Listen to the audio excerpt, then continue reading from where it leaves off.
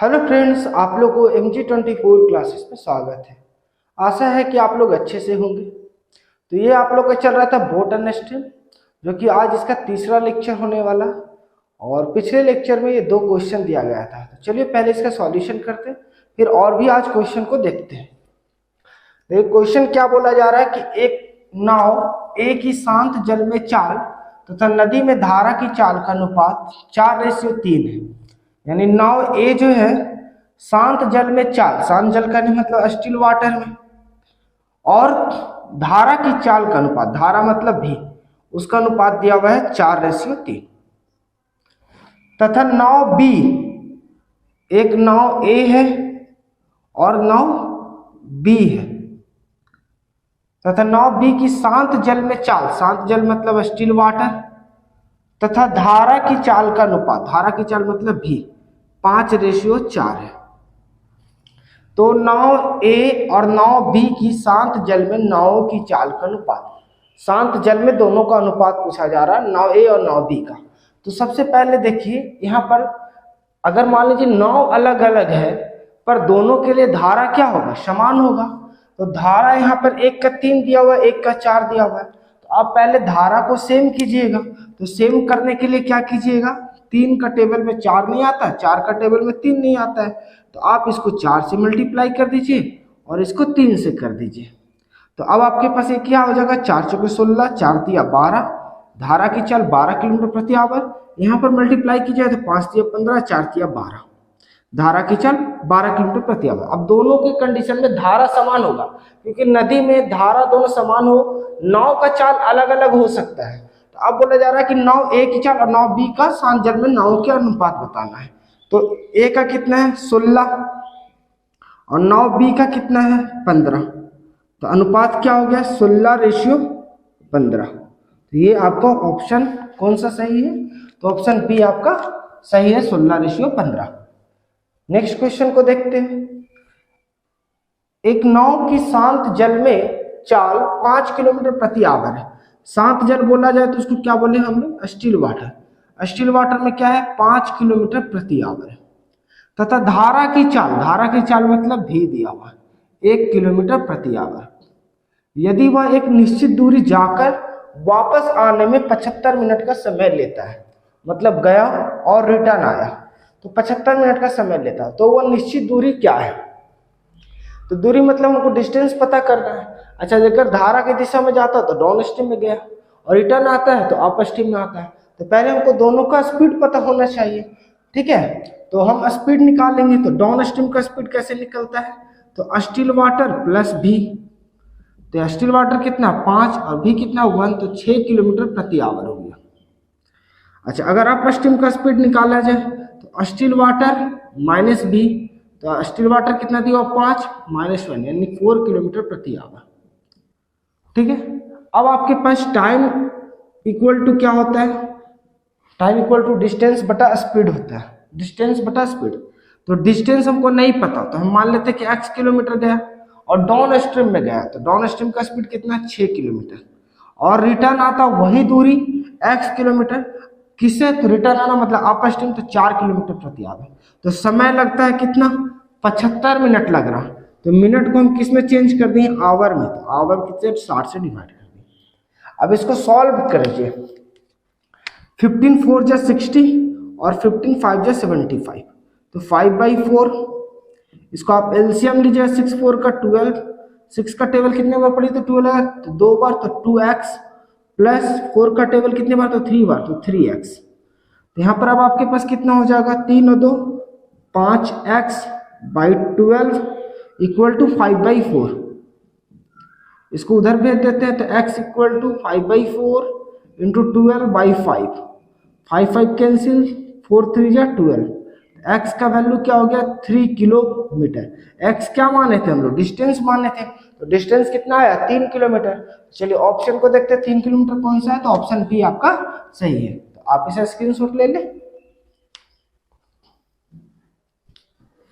Question बोला जा रहा है कि एक व्यक्ति ने नदी में देखा कि धारा की दिशा में किसी निश्चित दूरी को तय करने में जो समय लगता है उसे दुगना समय धारा के विपरीत दिशा में लगता है।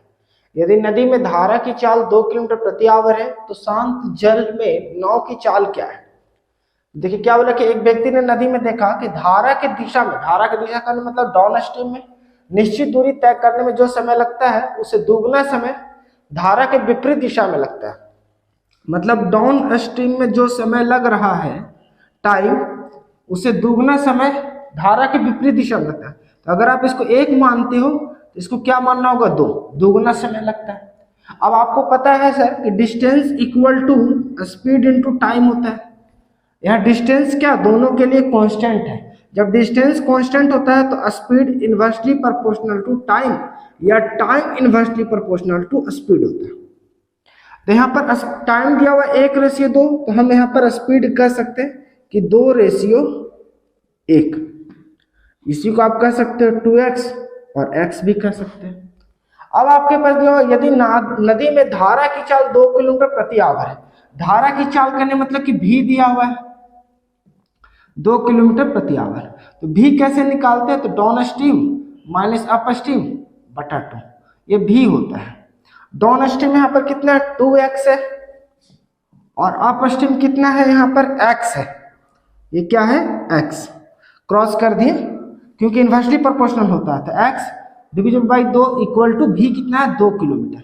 अब 2x में से x जाएगा तो क्या बचेगा x, इसको इधर भेज देते, तो 2 दूनी क्या हो गया 4, यानी x का वैल्यू 4 किलोमीटर प्रति आवर। तो अब यहाँ 4 से मल्टीप्लाई कीजिएगा तो स्पीड डाउन स्ट्रीम में क्या हो जाएगा 8 किलोमीटर, और ये क्या हो जाएगा आपके पास x के जगह पर रिप्लेस कीजिएगा तो 4 किलोमीटर, यानी डाउन स्ट्रीम में स्पीड 8 किलोमीटर, अप स्ट्रीम में स्पीड 4 किलोमीटर। तो बोला जा रहा है कि नाव, तो यहाँ बोला शांत जल में नाव की चाल। शांत जल बोलने का मतलब कि स्टिल वाटर में निकालना है। तो स्टिल वाटर में क्या होता है फॉर्मूला, स्टिल वाटर में निकालने के लिए तो down stream plus up stream divisible by 2। Down stream क्या आपके पास आ चुका है 8, अप स्ट्रीम क्या आ चुका है 4, तो 8 + 4 डिविजिबल बाई 2, 8 4 12 बाई 2 कट जाएगा 6 बार में 6 किलोमीटर प्रति आवर। तो ये आपका ऑप्शन कौन सा हो जाता है, तो ऑप्शन बी आपका सही है। आप इसे स्क्रीनशॉट ले ले। क्वेश्चन कहा जा रहा है कि एक नाव 30 किलोमीटर की दूरी बहाव के विपरीत कहने का मतलब कि अप स्ट्रीम में तथा 44 किलोमीटर की दूरी बहाव के अनुकूल मतलब डाउन स्ट्रीम में 10 घंटे में तय करती है। तो देखिए 10 घंटे टाइम दिया हुआ है, तो टाइम इक्वल टू क्या होता है डिस्टेंस बटा स्पीड। तो अगर मान लीजिए आपके पास 30 किलोमीटर बहाव के विपरीत करने मतलब अप स्ट्रीम, तो ये डिस्टेंस बटा स्पीड अप स्ट्रीम का प्लस 44 किलोमीटर का दूरी बहाव के अनुकूल मतलब डाउन स्ट्रीम, तो डिस्टेंस बटा स्पीड टाइम बताएगा, ये भी टाइम, दोनों टाइम मिलाकर के कितना है 10 घंटे का समय लगती है।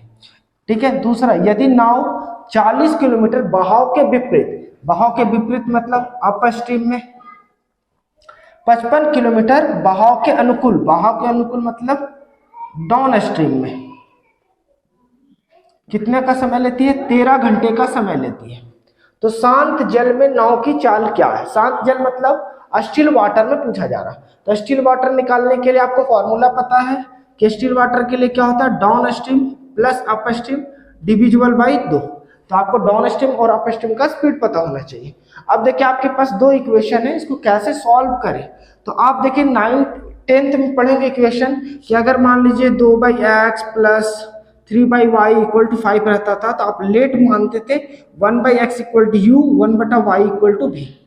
तो सिमिलरली यहाँ पर भी मानेंगे, दोनों का डिनोमिनेटर में, ये भी डिनोमिनेटर में है, तो आप कहिएगा 1/अप स्ट्रीम के जगह पे x मान लिए और 1/डाउन स्ट्रीम के जगह पे v मान लिए या y मान लिए। तो अब यहाँ पर एक इक्वेशन देखिए, इससे क्या बन जाएगा 30x प्लस 44y = 10। यहाँ इक्वेशन क्या बन जाएगा 40x प्लस 55y, क्योंकि ये डिविजिबल में है डाउन स्ट्रीम, तो सीधा 1/डाउन स्ट्रीम = y रिप्लेस कर रहे = 30। फिर से ध्यान से समझिएगा जो नहीं समझे, ये दोनों डिनोमिनेटर में है, तो हम 1/अप स्ट्रीम को x माने 1 बटा डाउन स्ट्रीम को आप y मानिएगा, तो यहाँ पर 30 बटा अप स्ट्रीम है तो हम लिख सकते हैं जैसे 1 बटा अप स्ट्रीम है तो x, अगर 2 बटा अप स्ट्रीम है तो 2x हम मानते हैं क्योंकि 1 बटा अप स्ट्रीम को x माने हैं। तो जैसे यही है तो 30 इंटू 1 बाई अप स्ट्रीम कह सकते हैं, तो 1 बटा अप स्ट्रीम को हम क्या कहेंगे x, तो 30x होगा। तो सिमिलरली ये सबको भी हम वही चीज अप्लाई किए। अब यहाँ से आपके पास दो इक्वेशन बन चुका है, आप किसी एक को एलिमिनेट करोगे तो दूसरा का वैल्यू मिलेगा, किसी आप एक को एलिमिनेट करोगे तो दूसरा का वैल्यू मिलेगा। किसको आप एलिमिनेट करना चाहते हैं? अगर आप चाहते हैं कि x को एलिमिनेट करें, अगर आप चाहते हैं कि x को एलिमिनेट करें तो यहाँ पर 30 यहाँ पर 40 है, तो कैसे एलिमिनेट होगा सर? तो क्या कीजिएगा आप इसको कि 4 से मल्टीप्लाई कर दीजिए इस इक्वेशन में, और इस इक्वेशन में 3 से मल्टीप्लाई कीजिए, क्योंकि 30 का टेबल में 40 नहीं आएगा, 40 का टेबल में 30 नहीं आएगा, तो आप दोनों का आप एलसीएम ले लो। तो एलसीएम लोगे तो 120, 30 का टेबल कितना बार पढ़िएगा? तो 4 बार, और 40 का टेबल कितने बार? तो 3 बार। अब इससे आप गुना किए तो 4 दिया 12 यानी 120x हो गया, 4 से गुना कीजिए, 4 चौके 16, 4 चौके 16 176 y हो गया, 10 चौके 40 हो जाएगा। इसको 3 से मल्टीप्लाई कीजिए तो 120x होगा, इसको 3 से मल्टीप्लाई कीजिए तो 5 तिया 15, 5 तिया 15 116, 165 y, और 13 तिया क्या हो गया? 39। अब इसको आप घटा दीजिएगा, सब्ट्रैक्ट कीजिए, ये 120x प्लस में एक नेगेटिव तो कैंसिल हो जाएगा, 176 में 165 जाएगा तो क्या बचेगा? 11y बचेगा, और यहाँ पर 40 में 39 जाएगा तो क्या बचेगा? 1। तो y इक्वल टू आप लिखिएगा y इक्वल टू 1 बटा 11, ये कितना बचा हुआ? 11 है, तो 1/11। अब यही वैल्यू कहीं एक जगह आप रिप्लेस करोगे तो x का वैल्यू मिलेगा, किसी दोनों इक्वेशन में कहीं भी एक रिप्लेस कर सकते हैं। मान लीजिए आप यहाँ रिप्लेस किए तो 30x प्लस 44y, y के जगह पे 1/11 रख दिए यहाँ पर, इक्वल टू 10। 11 4 जा क्या हो गया? 44 कट जाएगा, तो यहाँ पर 30x प्लस 4 इक्वल टू 10, ये 4 इधर जाकर के सब्ट्रैक्ट हो जाएगा, तो 30x इक्वल टू 6, ठीक है। तो x इक्वल टू 6/30 यानी 1/5, 6 × 5 = 30 कट गया। ये x और y का वैल्यू आया, पर हमको x y से नहीं मतलब चाहिए, हमको अपर स्ट्रीम और डाउन स्ट्रीम से चाहिए। तो यहाँ पर आपके पास दिया हुआ है 1/अपर स्ट्रीम इक्वल टू x मान है, आप 1/अपर स्ट्रीम इक्वल टू क्या मान है? x। तो आपके पास x का वैल्यू कितना है? 1/5 है। आप इसको रिवर्स कीजिएगा तो अपर स्ट्रीम का वैल्यू कितना आ जाएगा? 5 किलोमीटर प्रति आवर, ठीक। ये अपर स्ट्रीम आया। उसी तरह अब आपके पास 1 बटा डाउन स्ट्रीम का वैल्यू कितना माने हैं? y। 1 बटा डाउन स्ट्रीम के जगह पे क्या माने हैं आप? y, और y का वैल्यू कितना आया? 1/11, 1/11। तो आप कह सकते हैं डाउन स्ट्रीम का वैल्यू कितना हो गया? 11, ठीक है। Up stream 5, down stream 11। हमको निकालना था क्या? शांत जल में 9 की चाल। शांत जल मतलब क्या? Down stream plus up stream divisible by 2। तो आपके पास डाउन स्ट्रीम कितना आया है? 11। अभी तो थोड़ा सा जी 11, ठीक है। और अप स्ट्रीम कितना आया है? 5 डिविजिबल बाई 2, 11 5 16, 16/2 काटिएगा तो कितना हो जाएगा? 8 किलोमीटर प्रति आवर, 8 किलोमीटर प्रति आवर। चलिए ऑप्शन देखते हैं, 8 किलोमीटर प्रति आवर कौन सा है? तो ऑप्शन भी सही है। तो आप इसे स्क्रीनशॉट ले लें, इसे एक बार प्रैक्टिस जरूर कीजिएगा आप, ठीक है। और ये पूरा टाइपिकल क्वेश्चन आप लोगों को बताया गया था। आप लोगों को वीडियो कैसा लगा कमेंट में ये बताना है। अगर वीडियो पसंद आया तो आप वीडियो को लाइक करें, अभी तक चैनल को सब्सक्राइब नहीं किया तो कर लें, और साथ ही साथ बेल आइकन को भी दबा लें कि हमारा जो भी वीडियो अपलोड हो आप तक नोटिफिकेशन मिल सके। और नेक्स्ट लेक्चर में आप लोग को ट्रिग्नोमेट्री स्टार्ट किया जाएगा। अंत तक वीडियो बने रहने के लिए धन्यवाद।